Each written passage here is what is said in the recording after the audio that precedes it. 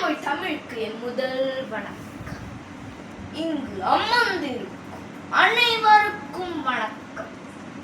நான் சின்னசுவாமி ஐயர் லக்ஷ்மி அம்மாளுக்கு மகனாக டிசம்பர் 11, 1882 பிறந்தேன்.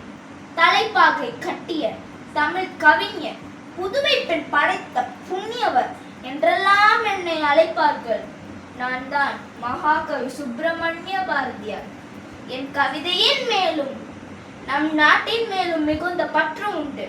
நான் எழுதிய கவிதைகளை உங்களிடம் சொல்ல வந்தேன். முதலில் பாப்பா பாட்டு.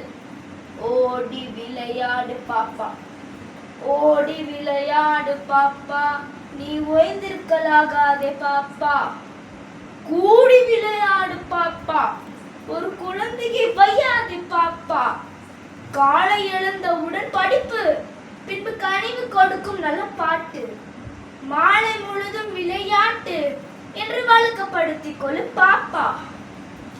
வீரத்திற்கு வயது கிடையாது, ஆண் பெண் பேதம் கிடையாது, நெஞ்சுரமும் நேர்மையும் மட்டுமே தேவை.